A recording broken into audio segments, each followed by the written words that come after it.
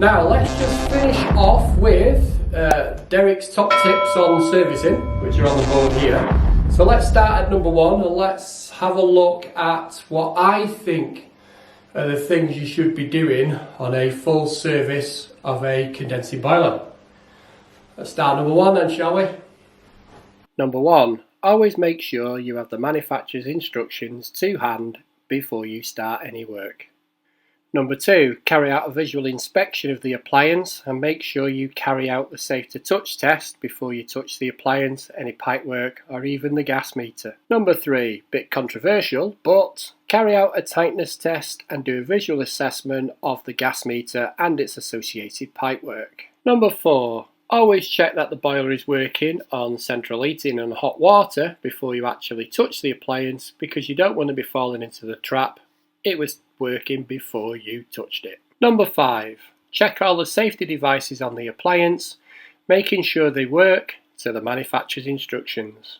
Number 6, check to see if the appliance requires ventilation. All modern condensing boilers now don't require ventilation, even if they're installed in a cupboard or a compartment. Number 7, isolate the electrical supply and check the fuse to make sure it is only a 3 amp fuse, not a 13 amp fuse.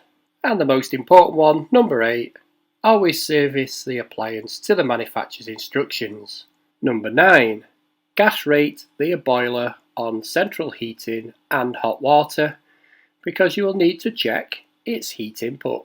And number 10, check the operation or the working pressure or the inlet pressure of the appliance at the appropriate test point on maximum rate. Number 11, carry out the combustion performance tests on the appliance on full rate and minimum rate. Number 12, check the flue integrity of the flue and the boiler seals around it, carrying out a sweep test. Number 13, clean the magnetic filter and check the water quality to see if you need to add any more inhibitor or not.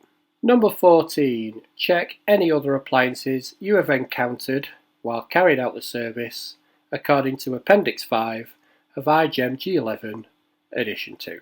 And finally, fill in the service record in the back of the benchmark book, fill in your own paperwork and hand it back to the customer. Then explain to the customer if there's any faults you've found and how you will have to deal with them according to iGEM G11, and tell them that their next service will be due in 12 months' time. And that is the end of this video on servicing a condensing boiler. So if you've liked this video, why don't you give me that thumbs up or leave a constructive comment down below. If you've not subscribed to my channel, then please subscribe because it helps.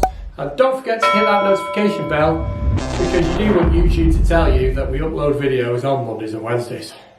All I've got left to say is, thanks for listening, thanks for watching, and I'll catch you on the next one, guys. Cheers.